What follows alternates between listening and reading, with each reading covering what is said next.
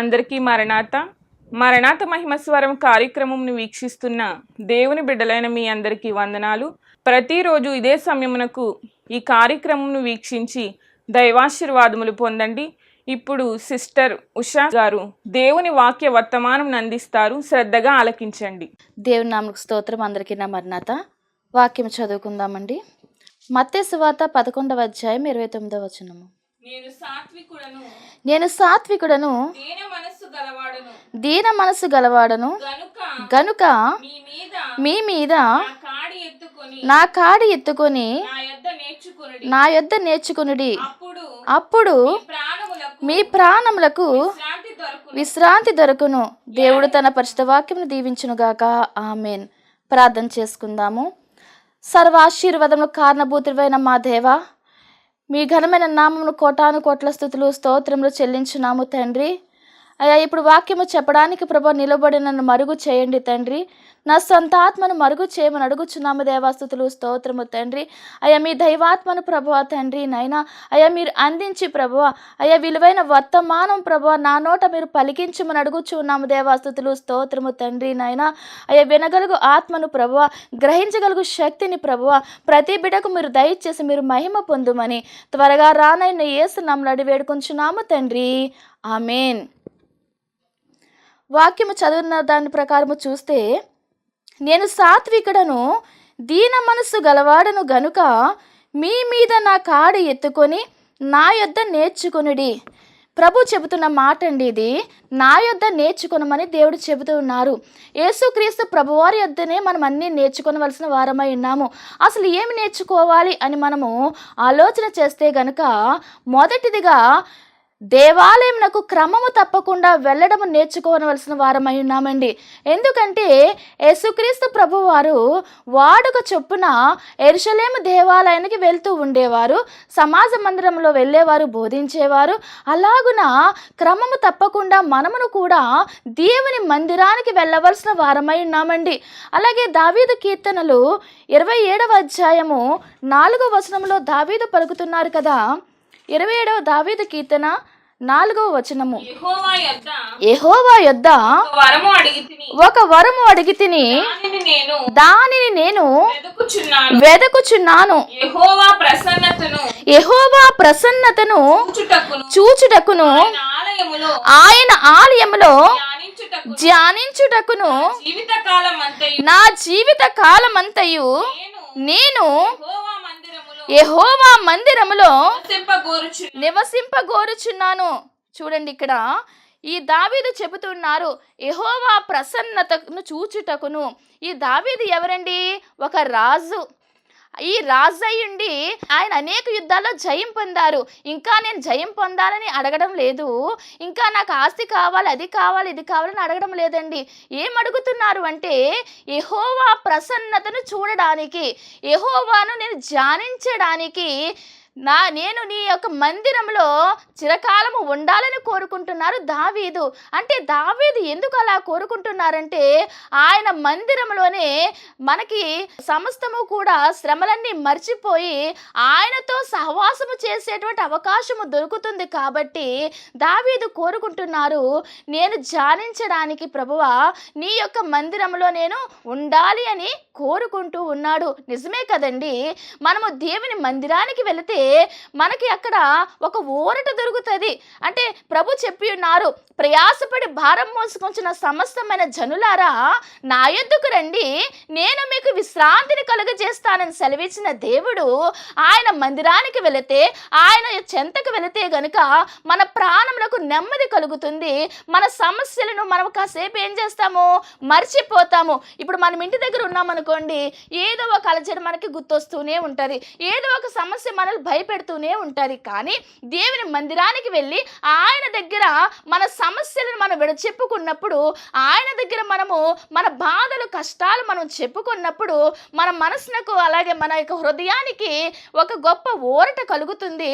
అప్పుడు మనం దేవుని ధ్యానించగలుగుతాము, దేవునితో సహవాసము చేయగలుగుతాము. అలాగుననే ఆ మందిరంలో మనము దేవునితో మాట్లాడతాము. ప్రభు కూడా అక్కడ యాజకుల ద్వారా, బోధించే వారి ద్వారా ప్రభు మనతో మాట్లాడతారు. మనకి గొప్ప ఆదరణ కలిగించేటువంటి మాటలు చెబుతారు. ఇవన్నీ జరగాలి అంటే గనుక మనము క్రమము తప్పకుండా దేవుని మందిరానికి వెళ్ళవలసిన వారమై ఉన్నామని వాక్యము సెలవిస్తూ ఉన్నది. ఈ రోజులలో జనులైన వారు ఎలా ఉన్నారంటే కనీసం వారమునకు ఒక్కసారైనా సరే మందిరానికి వెళ్ళే అవకాశం లేకుండా ఉంటున్నారు. కానీ దేవుడు చెబుతున్న మాట ఏమిటి అంటే వారమునకు ఒక్కసారైనా సరే మందిరానికి వెళ్ళడం నీవు అలవాటు చేసుకోవాలి, నేర్చుకోవాలి. ఎందుకంటే ఆ సమయంలో దేవుడు నీతో ఏం మాట్లాడతారో, నీవు ఎలాగ ఉండాలని తెలియజేస్తారో, నీకు ఎలాంటి సమస్యల నుండి పరిష్కారం దొరుకుతూ ఉందో, నీవు దేవునికి ఎలా దగ్గర అవుతావో, నీవు ఎలాగున దేవుని యొక్క లక్షణాలను పొందుకుంటావు, ఇవన్నీ కూడా మనకి తెలియజేసే వారై ఉన్నారు. కాబట్టి క్రమము తప్పకుండా మందిరానికి వెళ్ళాల్సిన వారమై ఉన్నామని వాక్యము సెలవిస్తూ ఉన్నది. అలాగే మనము చూస్తే గనుక పనుయేలు కుమార్తె అయినటువంటి ఆషేరు గోత్రికురాలు అన్నా ప్రవక్త్రి దేవుని మందిరంలో 84 సంవత్సరముల నుండి విధవరాల ఉండి అక్కడ ఉపవాసము చేస్తూ దేవుని సేవ చేస్తూ ఉండడం జరుగుతున్నది.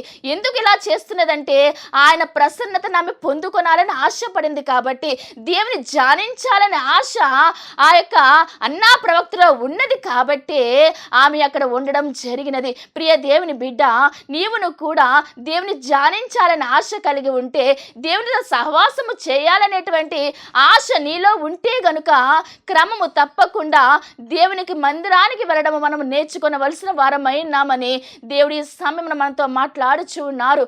రెండవదిగా చూస్తే గనుక దేవుని వాక్యాన్ని అనుసరించడం నేర్చుకోవలసిన వారమై ఉన్నామండి. వాక్యం అనగా యేసు. యోహాను సువార్త 1వ అధ్యాయంలో చెప్పబడిన ప్రకారము ఆయన శరీరధారి అయి మన మధ్య మానవునిగా జీవించారు. అంటే వాక్యమును అనుసరించడం అంటే గనుక యేసును అనుసరించడమే అని మనము తెలుసుకునవలసిన వారమై ఉన్నాము. మార్కు సువార్త 10వ అధ్యాయం 20వ వచనంలో ప్రభు చెబుతారు కదా, అక్కడ ఒక యవ్వనస్తుడు వచ్చి ప్రభువుని అడుగుతారు. మార్కు సువార్త 10వ అధ్యాయము 20వ వచనము. అందుకతడు బోధకుడా బాల్యము నుండి ఇవన్నీ అనుసరించునే ఉంటేనని చెప్పాను. ఇక్కడ జరిగిన విషయం ఏంటంటే, ఒక యవ్వనస్తుడు ప్రభు దగ్గరకు వచ్చి ఇక్కడ ప్రభుని పిలిచిన మాట, సద్బోధకుడా నిత్య జీవమునకు వారసుడొకటకు నేనేమి చేయదునని ఆయనను అడిగాను. ఏమని అడుగుచున్నారండి? నేను నిత్య జీవం పొందాలంటే ఏం చేయాలి తండ్రి అని చెప్పి యేసు ప్రభువారిని అడగడం జరిగింది. అప్పుడు యేసు అంటారు కదా, 10 ఆజ్ఞలన్నీ నీవు గైకొనాలి అని చెబుతున్నారు. అప్పుడు ఈయన అంటాడు ఇక్కడ ఈ వచనంలో, నేను బాల్యం నుండే కూడా అవన్నీ అనుసరిస్తూనే వస్తున్నాను అని ఆయన ఈ యొక్క యవ్వనస్తుడు ప్రత్యుత్తరం ఇవ్వడం జరిగినది. అప్పుడు యేసు అతన్ని చూసి అంటారు కదా, అతన్ని ప్రేమించి, నీకు ఒకటి కొదువుగా ఉన్నది, నీవు వెళ్ళి నీకు కలిగి ఉన్నవన్నీ అమ్మి బీదలకిమ్ము, పరలోకమందు నీకు ధనము కలుగును, నీవు వచ్చి నన్ను వెంబడించమని చెప్పాను. ప్రభు ఒకటే మాట చెప్పారండి, నువ్వు ఆజ్ఞలు అనుసరిస్తున్నావు కదా, సరే నీ ఆస్తిని అమ్మి నువ్వు బేదలకు ఇచ్చేసి నన్ను వెంబడించమన్నారు. అంటే దీన్ని బట్టి మనం ఏం అర్థం చేసుకోవాలండి? దేవుని ఆజ్ఞలు అనుసరించాలి, దేవుని వాక్యాన్ని అనుసరించాలి. వాక్యం అనుసరించడం అంటే యేసు ప్రభువారిని వెంబడించడం అని మనము నేర్చుకోవలసిన వారమై ఉన్నాము. ఎందుకంటే ఆయన ఆజ్ఞానుసారముగా, ఆయన వాక్యానుసారంగా మనం జీవించాలి. ఆయన వాక్యమే మన పాదములకు దీపమై ఉన్నది, మనకి త్రోవకి వెలుగై ఉన్నదని మనకు కీర్తన గ్రంథంలో మనం చదువుకుంటాము. ఆయన వాక్యమే మనం నడిపిస్తుందండి, ఆయన వాక్యమే మనం జీవింపచేస్తుంది. ఆయన వాక్యం ఎలాంటిదట? పాల వంటిది, జుంటె తేనె వంటిది, ఆ ధారల కంటే మధురమైనదండి అది ఆయన వాక్యము. అలాగనే మేలివి బంగారు కన్నా శ్రేష్టమైనది, రత్నరాశుల కన్నా కూడా అది శ్రేష్టమైనది ఆయన వాక్యం. అంటే ఆయన వాక్యంలో అంత శక్తి ఉన్నది. బంగారము చాలా విశిష్టమైనదిగా అందరూ కొలుస్తారు, ఇంకా రత్నాలు రాసులను కూడా అందరూ చాలా విశిష్టముగా కొలుస్తారు. కానీ వాటన్నిటికంటే మించినది, వాటన్నిటికంటే శ్రేష్టమైనది, వాటన్నిటికంటే శ్రేయస్కరమైనది ఏమిటి అంటే దేవుని వాక్యము. ఇక్కడ మనం తెలుసుకోవలసింది ఏంటంటే, దేవుని వాక్యాన్ని, దేవుని యొక్క ఆజ్ఞను అనుసరిస్తే యేసు ప్రభు వారిని మనము వెంబడించినట్లే అని మనం తెలుసుకోవలసిన వారమై ఉన్నాము. మూడవదిగా చూస్తే గనుక విశ్వాసములో వృద్ధి చెందడం నేర్చుకోవాలండి. శిష్యులైన వారు ప్రభువు వారిని అడుగుచూ ఉంటారు, మాకు ప్రార్థన చేయడం నేర్పించయ్యా, విశ్వాసంలో వృద్ధి చేయి తండ్రి అని యేసు ప్రభువాన్ని వేడుకుంటున్నారు. అంటే మనము దేవుని అడగాల్సినది ఏంటంటే మనం ప్రార్థన నేర్చుకోవాలి, ఎలాగున దేవుని అడగాలో నేర్చుకోవాలి, ఎలా మన విశ్వాసాన్ని వృద్ధి చేసుకోవాలో మనము నేర్చుకోవలసిన వారమై ఉన్నాము. ఒక దయ్యం పట్టిన వ్యక్తిని, కుమారుని తీసుకుని వచ్చి ఆ యొక్క తండ్రి యేసు ప్రభువారి దగ్గరకు వచ్చి అడుగుతాడు కదా, ప్రభువా నా బిడ్డ దయ్యము పట్టిన వాడే చాలా ఇబ్బంది పడుచున్నాడయ్యా, నా బిడ్డ నువ్వు బాగు చేయమని అడిగితే ప్రభు అంటారు కదా, నమ్ముట నీ వలనైతే నమ్మువానికి సమస్తమును సాధ్యమే అని చెబుతారు. అప్పుడు ఈయన అంటారు, ఈ తండ్రి చెబుతాడు వెంటనే, నమ్ముచున్నాను, నాలో అపనమ్మిక రాకుండా సహాయము చేయమని వేడుకుంటున్నాడు. అంటే నీవు స్వస్థపరుస్తావని, నీవు కార్యము చేస్తావని నేను నమ్ముచున్నాను తండ్రి, మరి నాలో అపనమ్మిక రాకుండా నాకు సహాయము చేయి అని ప్రార్థించడం జరిగినదండి. ప్రియ దేవుని బిడ్డ, ఇదిగో మనకి ఏదైనా సరే, ఏదైనా సమస్య నుండి విడుదల కాలేదనుకోండి, మనలో వచ్చేదేంటో తెలుసా? అపనమ్మిక వచ్చేస్తుంది. ఇది జరుగుతుందా, జరగదా, దేవుడు నా పట్ల కార్యం చేస్తారా, చెయ్యరా, ఏంటి నా పరిస్థితి, నా భవిష్యత్ ఏంటని మనం చింతిస్తూ ఉంటామండి. కానీ మనము నమ్మాలి, నమ్ముట నీ వల్లైతే నమ్మువానికి సమస్తము సాధ్యమే అన్నారు ప్రభు. కాబట్టి మనం నమ్మాల్సిన వారమై ఉన్నాము. ఇక్కడ ఈ తండ్రి చెబుతున్నాడు మాట, నమ్ముచున్నాను కానీ అపనమ్మిక రాకుండా సహాయం చేయమంటున్నారు. మన పరిస్థితి కూడా అలాగే ఉంటుంది. ఒకవైపున నమ్మిక ఉంటుంది, మరి ఒకవైపున సందేహం ఉంటుంది. సందేహము పనికి రాదండి. నమ్మిక కలిగి మనం ఉంటే గనుక విశ్వాసంలో మనం వృద్ధి చెందాల్సిన వారమై ఉన్నాము. దేవుడు తప్పనిసరిగా నాకు కార్యము చేస్తారనేటువంటి నమ్మకము మనం కలిగి ఉండాలి. ఏ సమస్య అయినా సరే ఆలస్యం అవుతుందంటే ఆలస్యమైనంత మాత్రమున అవి నెరవేరవనవద్దు. కాలము పరిపూర్ణము కాగా ఖచ్చితముగా నెరవేరును అన్నట్లుగా కాలము పరిపూర్ణమైతే దేవుడు నీ సమస్య నుండి విడుదల కలిగించే వారై ఉన్నారండి. నీవు ఎలాంటి ఉపకారము కావాలని కోరుకున్నా, ఏ మేలు జరగాలని నీవు ఆశిస్తున్నా సరే, ఆయన నీకు తప్పనిసరిగా ఆ మేలును అనుగ్రహించడానికి ఇష్టపడు దేవుడై ఉన్నారు. కాబట్టి మనం నమ్మాల్సిన వారమై ఉన్నాము. కానా విందులో ద్రాక్షారసం అయిపోయినప్పుడు ప్రభు శిష్యులకు చెబుతారు, ఏమని చెబుతారు? రాతి బాణల నిండా అంచుల మట్టుకు నీటిని నింపమంటారు. వారు అడగలేదండి, నిండా నావు ప్రభువా, మరి ద్రాక్షారసము తయారు చేయాలి కదా అని అన్నారా? అనలేదు. దేవుని మాట పట్టుకున్నారు, ఆ నీటిని ఆ యొక్క బాణల్లో నింపారు. ముంచి వారికి ఇవ్వండి అంటే, ఇది నీళ్ళే వేస్తాము కదా, మరి ద్రాక్షారసముగా ఎలా ఇవ్వమని అడగలేదండి. వారు ముంచి ఇచ్చారు, అక్కడ కార్యము జరిగినది. అంటే రెప్పపాటున దేవుడు మనకు కార్యము చేసి దేవుడైనారు. కాబట్టి ఏ సమస్య నుండి అయినా విడుదల కావటం లేదని నువ్వు చింతపడాల్సిన అవసరం లేదు. దేవుడు ఆయన సమయము రాగానే ఖచ్చితముగా రెప్పపాటున ఆయన నీ సమస్యను తొలగించు వారై ఉన్నారని నమ్మిక కలిగి ఉండమని దేవుడు మనతో మాట్లాడుచూ ఉన్నారు. 4వదిగా మనం చూస్తే సత్క్రియలను శ్రద్ధగా చేయడము మనము నేర్చుకొనవలసిన వారమై ఉన్నామండి. మత్తయి సువార్త 5వ అధ్యాయము 16వ వచనంలో చూస్తే, మనుషులు మీ సత్క్రియలను చూచి పరలోకమందున్న నీ తండ్రిని మహిమపరచునట్లు వారి ఎదుట మీ వెలుగు ప్రకాశింపనీయుడి. అంటే జనులైన వారు తండ్రిని మహిమపరచాలి అంటే, అన్యులైన వారు దేవుని మహిమపరచాలి అంటే మన సత్క్రియలను మనం అలాగున చేసి ఉండాలని దేవుడు చెబుతూ ఉన్నారు. ఎలాంటి సత్క్రియలు మనము చేయాలి అంటే వాక్యానుసారమైన సత్క్రియలను మనము చేయాల్సిన వారమై ఉన్నాము. అంటే సత్క్రియ అంటే ఏంటండి? మంచి కార్యములు, ఇతరులకు ప్రయోజనము కలిగే కార్యాలు మనము చేయాలి.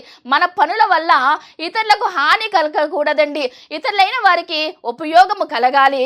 మనము చేసే పనులు ఎదుటి వారికి ప్రయోజనము కలిగి ఉండాలని వాక్యము సెలవిస్తూ ఉన్నది. మనము మంచి సమరేయుడు అనేటువంటి విషయంలో చూస్తే గనుక ఒక మనుష్యుడు యెరూషలేము నుండి యెరికో పట్టణానికి వెళ్ళేటప్పుడు ఆ వ్యక్తిని అక్కడ దొంగలు పట్టుకొని ఆయన దగ్గరని దోచేసుకొని అక్కడ కొర ప్రాణంతో విడిచిపెట్టేసి వెళ్ళిపోతారు. ఆ సమయంలో ఒక యాజకుడు వస్తారు, చూస్తూ వెళ్ళిపోతారండి. రెండవది ఒక లేవీయుడు వస్తాడు, చూస్తూ వెళ్ళిపోతారు.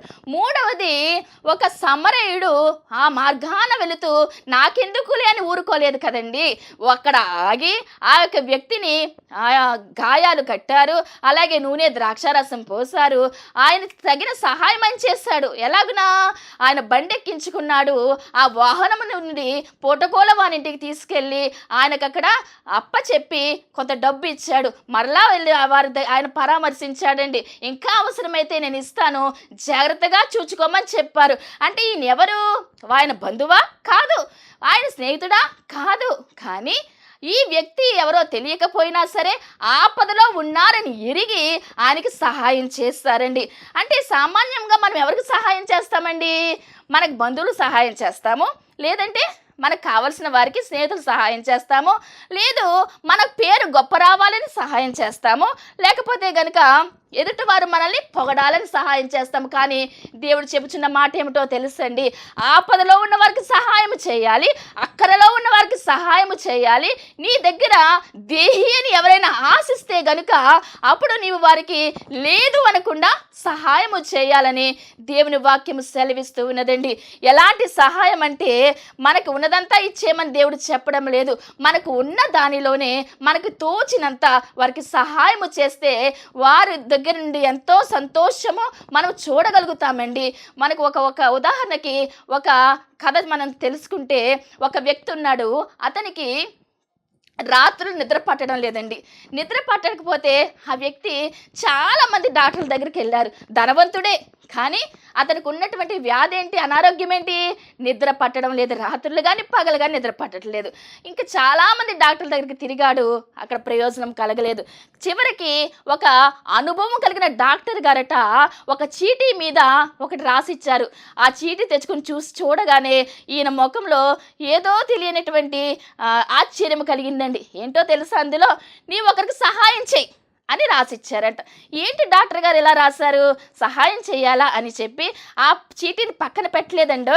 ఆ చీటీ ప్రకారము ఆయన ఒకరికి సహాయం చేశారట. ఎలాంటి వారికి సహాయం చేశారంటే, ఆపదలో ఉన్న వారికి సహాయం కోసం ఎదురు చూసే వ్యక్తికి ఈయన సహాయం చేయగానే వారిలో కలిగిన కృతజ్ఞత భావము చూసేట ఈయన చాలా ఆనందపడ్డారంటండి. చాలా ఆనందపడి ఇంటికి వెళ్ళగానే చక్కగా నిద్రపోయారట. హల్లెలూయా, హల్లెలూయా. చూసారా, ఎదుటి వారికి, ఆపదలో ఉన్నవారికి సహాయము చేయడం ద్వారా మన మనసుకి ఏమొస్తుందండి, నెమ్మది వస్తున్నది, సంతోషం వస్తుంది. అలాగే ఇలా సహాయం చేసిన వారిలో మన బైబిల్లో చూస్తే గనక అపోస్తల కార్యముల గ్రంథము 9వ అధ్యాయంలో మనం చూడగలుగుతాము. 36వ వచనంలో చూస్తే అక్కడ ఆ అధ్యాయంలో మనకి తబితా అనేటువంటి ఒక స్త్రీ మనకు కనబడతారు. చదవండి. మరియు యొప్పేలో తబితాను ఒక శిష్యురాలు ఉండెను. ఆమెకు భాషాంతరమున డోర్కాను పేరు. ఆమె సత్క్రియలను ధర్మకార్యములను బహుగా చేసి ఉండెను. ఇక్కడ యొప్పే అనేటువంటి ప్రదేశంలో తబితా అనేటువంటి ఒక శిష్యురాలు ఉందండి. అంటే ఈమె శిష్యురాలుగా ఉండి ఈ ప్రదేశంలో ఉన్న వారికి ధర్మకార్యాలని అలాగునని సత్క్రియలను చేస్తూ ఉన్నది. డొర్కా అంటే కింద ఫుట్నోట్లో రాయబడి ఉన్నది లేడీ అని అర్థము. లేడీ ఎలాగైతే చెంగు చెంగున నడుస్తుందో ఈమె పేరునకు తగినట్టుగానే ధర్మకార్యాలు అలాగున పరుగున చేసేదని మనకి తెలుస్తూ ఉన్నదండి. ఎందుకంటే ఈమె ధనవంతురాలని కానీ, ఈమె యొక్క బంధువుల గురించి కానీ, ఈమె వెనకాల ఉన్న హిస్టరీ గురించి కానీ ఏమీ కూడా ఇందులో రాయబడలేదు. కానీ ఈమె దేవుని శిష్యురాలుగా వ్రాయబడింది. తబితా అనేటువంటి ఒక స్త్రీ ఇక్కడ మనకు కనబడుతూ ఉన్నది. ఈమె చేసిన పని అందరికీ కూడా సహాయము చేస్తూనే వచ్చినదండి. అయితే ఒక రోజున ఆ దినమందామే కాయిలా పడి చనిపోగా వారు శవమును కడిగి మేడగదిలో పరుండబెట్టిరి. ఆమెకి ఏమైందంట, అనారోగ్యం వచ్చి ఆమె చనిపోయిందండి. చనిపోయినప్పుడు ఆమె శరీరాన్ని కడిగి మేడగదిలో ఆమెను పరుండబెట్టారు. తర్వాత వచనంలో లుద్ద యొప్పేకు దగ్గరగా ఉండుట చేత పేతురు అక్కడ ఉన్నాడని శిష్యులు విని అతడు తడవు చేయక తమ యొద్దకు రావాలని వేడుకుంటకు ఇద్దరు మనుషులను అతని యొద్దకు పంపిరి. ఎందుకంటే ఈ యొప్పే లుద్ద అనే గ్రామాలు దగ్గరగా ఉన్నాయి కాబట్టి పేతురు లుద్ద అనే గ్రామంలో ఉన్నారని ఈ శిష్యులు ఎరిగి ఇద్దరు మనుషుల్ని పేతురు దగ్గర పంపించారు. ఇలాగున తబిత అనేటువంటి ఒక స్త్రీ ఇలాగ మరణించింది, నీవు వెంటనే తడవు చేయకుండా, ఎలా రమ్మన్నారండి, ఆలస్యం చేయకుండా నీవు రావాలని చెప్పి పేతురు కబురు పెట్టారు. పేతురు ఈ మాట విని లేచి వారితో కూడా అక్కడికి చేరినప్పుడు వారు మేడగదిలోనికి అతనికి తీసుకుని వచ్చిరి. ఈమె ఎక్కడ పడుకోబెట్టారు, చక్కగా శవమును కడిగి శుభ్రము చేసి మేడగదిలో పడుకోబెట్టారు కదా, అక్కడికి పేతురు గారిని తీసుకురావడం జరిగింది. విధవరాండ్రందరూ వచ్చి ఏడుస్తూ దొరక తమతో కూడా ఉన్నప్పుడు కుట్టిన అంగీలను వస్త్రములను చూపుచు అతని ఎదుట నిలిచిరి. అంటే ఈ దొరక అనే ఆమె ఆ విధవరాండ్రకి ఎలా సహాయం చేసిందో అంతా చూపిస్తూ ఈ యొక్క కుట్టిన అంగీలన్నీ చూపిస్తూ ఏడుస్తూ ఉన్నారండి. అప్పుడు పేతురు అందరినీ వెలుగు పంపేసి మోకాళ్ళుని ప్రార్థన చేసి శవం వైపు తిరిగి తబితా లెమ్మనగా ఆమె కన్నులు తెరచి పేతురును చూచి లేచి కూర్చుండెను. హల్లెలూయా, హల్లెలూయా. మరణించిన ఈ స్త్రీ పేతురు ప్రార్థన చేసి తబితా లెమ్మనగానే ఆమె లేచి కూర్చుందండి. ఇది యేసు నామములో ఏది పోదు ఏది రాదు అంటే యేసు నామములో జరిగిన కార్యమంటూ ఉన్నదండి. ఆయన తలుచుకుంటే చనిపోయిన వారిని సైతము లేవనెత్తు దేవుడై ఉన్నాడు. కాబట్టి ఈ పేతురు యేసు నామములో ఆమెను లేవనెత్తడం జరిగినది. అలా లేచిన ఆమె కూర్చున్న తరువాత అక్కడ అతడు ఆమె చెయ్యి ఇచ్చి లేవనెత్తి పరిశుద్ధులను విధవరాండ్రను పిలిచి ఆమెను సజీవరాలనుగా వారికి అప్పగించెను. ఆమె మొదట పేతురు వచ్చేసరికి ఎలా ఉంది, శవముగా ఉన్నది, పరుండబెట్టబడి ఉన్నది. కానీ ఇప్పుడు సజీవరాలుగా వారి చేతికి అప్పగించారండి. ఇది యొప్పే ఎందంతటా తెలిసినప్పుడు అనేకులు ప్రభువునందు విశ్వాసముంచిరి. ఇలాగా ఈమె మరణించి తిరిగి లేచింది, లేపబడింది. యేసు ఆమెను బ్రతికించారని తెలుసుకున్న వారందరూ కూడా యేసునందు విశ్వాసం ఉంచారు. ఈ యొక్క స్త్రీ జీవితమును మనం ఒక్కసారి చాలా పరిశీలనగా చూస్తే గనుక ఈమెలో ఉన్నటువంటి లక్షణాలు మనము తెలుసుకొనవచ్చునండి. మొదటి లక్షణము, సత్క్రియలను ధర్మ కార్యాలను బాగుగా చేసి ఉంది అంటే ఈమె ఒక గొప్ప స్త్రీగా మనము భావించవచ్చు. ఎందుకంటే ఈమె దగ్గర ధనము ఉన్నది లేదన్నది మనకు తెలియదు, కానీ ఆమె ఒక కుట్టు పని చేసుకుంటూ తన సూదితో ఆ యొక్క వస్త్రాన్ని కుడుతూ అంగీలను కుడుతూ ఆమె ధనమును పోగు చేసుకొని, లేదంటే అక్కడ ఉన్న విధవరాండ్రులందరికీ కుట్టించి ఇచ్చి అక్కడ ఉన్న వారందరితో కూడా దేవుని ప్రేమను పరిచయం చేసిన స్త్రీగా మనము చూస్తూ ఉన్నాము. రెండవదిగా చూస్తే గనుక 37వ వచనంలో వారు శవమును కడిగి మేడగదిలో పరుండబెట్టిరండి. మామూలుగా ఒక మరణించిన తరువాత శవమును పట్టుకోవడానికి అంటే బంధువులు, రక్త సంబంధీకులు కూడా ఈ రోజులు ఎలా ఉన్నారో తెలుసండి. అనారోగ్యంతో మరణించిన వ్యక్తి దగ్గరకు వచ్చి ముట్టుకోవడానికి కూడా ఇష్టపడేటువంటి రోజులు. కానీ అక్కడ ఎవరు కడిగారన్నది మనకి రాయబడలేదు, కానీ ఆ యొక్క శవమును కడిగి శుభ్రపరిచి మేడగదిలో పరుండబెట్టారు. అంటే ఆమె శవానికి కూడా అంత విలువిచ్చారండి. అంటే ఎంత గొప్ప స్త్రీగా ఆమె పేరు పొందిందో దీన్ని బట్టి మనం అర్థం చేసుకొనవచ్చు. ఆమెను ముట్టుకున్నారు, ఆమె శవాన్ని కడిగారు, శుభ్రపరిచినట్టు అంటే మేడగదిలో తీసుకొచ్చి పరుండబెట్టారండి. ఎందుకంటే ఆమె శవము ఇలాగ బయట కాదు, గదిలోనే పరుండబెట్టబడాలని చెప్పి అక్కడే పరుండబెట్టారు. మూడవదిగా ఇక్కడ చూస్తే అతడు తడువు చేయక తమ యొద్దకు రావాలని వేడుకొనుటకు ఇద్దరు మనుషులను అతని యొద్దకు పంపిరి. ఇక్కడ శిష్యులు పేతురు దగ్గరికి ఇద్దరు మనుషుల్ని పంపించినట్టుగా మనం చూస్తున్నాము. ఎందుకంటే ఇంత శ్రద్ధగా వీరు పంపించారు అంటే గనుక ఈమె అక్కడ ఉన్న వారందరినీ కూడా ఎంతగా ప్రేమించినదో. ఎందుకంటే ఈమె ఒకటే నేర్చుకున్నదండి, నిన్ను వలె నీ పొరుగు వారిని ప్రేమించాలి. దేవుని వాక్యానుసారముగా జీవించినది, దేవుని ఆజ్ఞకు లోబడి ఉన్నది కాబట్టి ఈమె అందరినీ చక్కగా ప్రేమించిన స్త్రీగా మనం చూస్తూ ఉన్నాము. చక్కని వాక్యానుసారముగా సత్క్రియలు చేస్తూ ఆమె అందరినీ చక్కగా చూచుకున్నది కాబట్టే, దేవుని వాక్కును పరిచయం చేసింది కాబట్టే ఈ ప్రేమ అందరిలోనూ మనకు కనబడుతూ ఉన్నది. పోనీలే పోయిందిలే అని ఊరుకొనలేదండి. పేతురు యొద్ద కబురు పెట్టారు అంటే ఎలా కబురు పెట్టారు? తడవు చేయకుండా రావాలి అని చెప్పి కబురు పెట్టారు అంటే గనుక ఈమె వారిని అంతగా దేవునికి దగ్గర చేసినట్టుగా మనము చూస్తూ ఉన్నాము.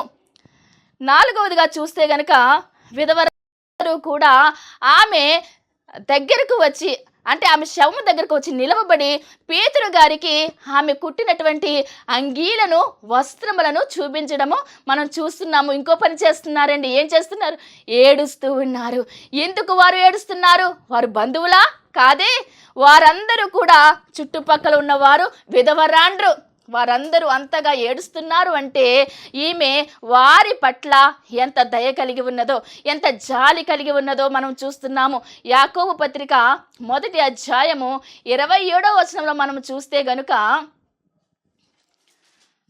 యాకోబు పత్రిక 1వ అధ్యాయము 27వ వచనము, తండ్రి అయిన దేవుని ఎదుట పవిత్రమును నిష్కలంకమునైన భక్తి ఏదనగా దిక్కులేని పిల్లలను విధవరాండ్రను వారి ఇబ్బందిలో పరామర్శించుటయు ఇహలోక మాలిన్యము తన కంటకుండా తన్ను తాను కాపాడుకుంటాయే. చూసారండి, ఇక్కడ మనం దీన్ని చూస్తే దిక్కులేని పిల్లలను విధవరాండ్రను వారి ఇబ్బందిలో పరామర్శించుటయు ఇహలోక మాలిన్యము తన కంటకుండా తన్ను తాను కాపాడుకున్ననియే.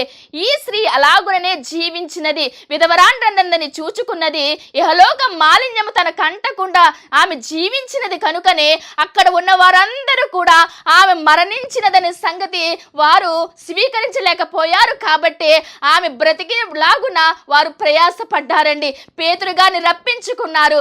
పేతురు గారి ద్వారా పేతురు ప్రార్థన చేయగా ఆ యొక్క యేసు నామములో ఆమె లేచి కూర్చుండడం జరిగింది.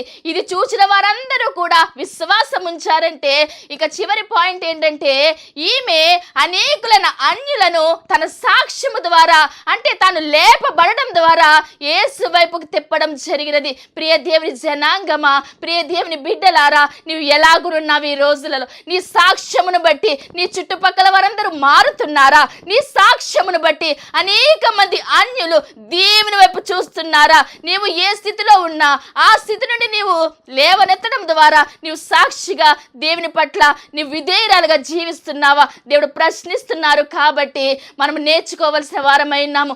యేసు ద్వారా సమస్తము నేర్చుకోవాలి. యేసులోనే మనం నేర్చుకోవాలి. ఆయనే మనకు అన్ని నేర్పించువారైనారు. కాబట్టి ఏ సమస్య అయినా ఏదైనా సరే మనకి పరిష్కారం కావాలి అంటే యేసును అడుగుదాము. దేవుడే మనందరి సమస్యలు తీర్చి మనందరికీ సంతోషం ఇవ్వనైనారు, సమాధానం ఇవ్వనైనారు. అటు దీవెన ఆశీర్వాదములు నిండుగా మెండుగా మనందరికీ దేవుడు దయచేయునుగాక. ఆమేన్. ప్రార్థన చేసుకుందాము. మహోన్నతుడా, మహోత్సము కలిగిన తండ్రి, అయ్యా మీ నామను కోటాను కోట్ల స్తుతులు స్తోత్రము చెల్లించున్నాం ప్రభువా. అయ్యా మాతో మాట్లాడిన దేవాస్తుతులు స్తోత్రాలు తండ్రి. నాయన ఈ వాక్యము ద్వారా ప్రభువా మీరు మాకు ఏమి నేర్పించి ఉన్నారో తండ్రి అవన్నీ మేము గైకొనుటూ ప్రభువా నీ వాక్యానుసారమైన బిడ్డలుగా, నీకు ఇష్టమైన బిడ్డలుగా, బలా నమ్మకమైన మంచి దాసుడా, బలా నమ్మకమైన మంచి దాసురాలని చెప్పి ప్రభువా మీ నోట మేము పలికించుకునే బిడ్డలుగా తండ్రి, మీకు అంగీకారమైన బిడ్డలుగా ప్రభువా మమ్మల్ని మార్చమని అడుగుచున్నాము తండ్రి. మీకు వందనాలు, స్తుతులు, స్తోత్రాలు తండ్రి. ఈ సమయమున ప్రభువా నాయన ఎవరెవరు ప్రభువా ఏ అంశం పట్టుకొని ప్రభువా ప్రార్థిస్తున్నారో తండ్రి, ఏది కావాలని కోరుకుంటున్నారో ప్రభువా నాయన అయ్యా, ప్రతి ఒక్క బిడ్డ యొక్క ప్రభువా అంతరంగమును మీరు ఎరిగి ఉన్నారు గనుక ప్రభువా అయ్యా, వారి యొక్క సమస్యల నుండి ప్రభువా, వారి ఇబ్బందుల నుండి ప్రభువా నాయన మీరు విడిపించమని అడుగుచున్నాము దేవా. స్తుతులు, స్తోత్రాలు తండ్రి నాయన అయ్యా, ప్రతి బిడ్డను తండ్రి మీ నిండైన ఆశీర్వాదములతో ప్రభువా నింపమని ప్రభువా, శ్రేష్కరమైన ఆశీర్వాదములు తండ్రి బిడ్డలందరికీ దయచేయమని, మీరే మహిమ గంటకి ఇది ప్రభావం పొందుమని త్వరగా రానయ్యున్న దేవాది దేవుడి నామములో అడిగి వేడుకొంచున్నాము తండ్రి. ఆమేన్. అందరికీ నా మరణాతండి. ఇప్పటి వరకు దేవుడు అనుగ్రహించినటువంటి చక్కని వాక్య సందేశాన్ని ఆలకించిన మీ అందరికీ కూడా ధన్యవాదములు. ఈ కార్యక్రమము మరి మీకు నచ్చినట్లయితే, ప్రభువు గనక మిమ్మల్ని ప్రేరేపించినట్లయితే కనుక ఖచ్చితముగా మరి ఈ కార్యక్రమానికి స్పాన్సర్ చేయవలసిందిగా ప్రభు పేరు తెలియజేస్తూ ఉన్నాము. ఎవరికైనా కనుక ప్రార్థన అవసరతలు ఉన్నట్లయితే మరి స్క్రీన్ మీద చూపిస్తున్నటువంటి నెంబర్కి ఫోన్ చేయండి. ఖచ్చితంగా మీ అందరి కొరకు అనుదినము ప్రార్థించడానికి మేము సిద్ధముగా ఉన్నాము. దేవుడు మిమ్మును మీ కుటుంబాలను బహుగా ఆశీర్వదించును గాక. ఆమేన్.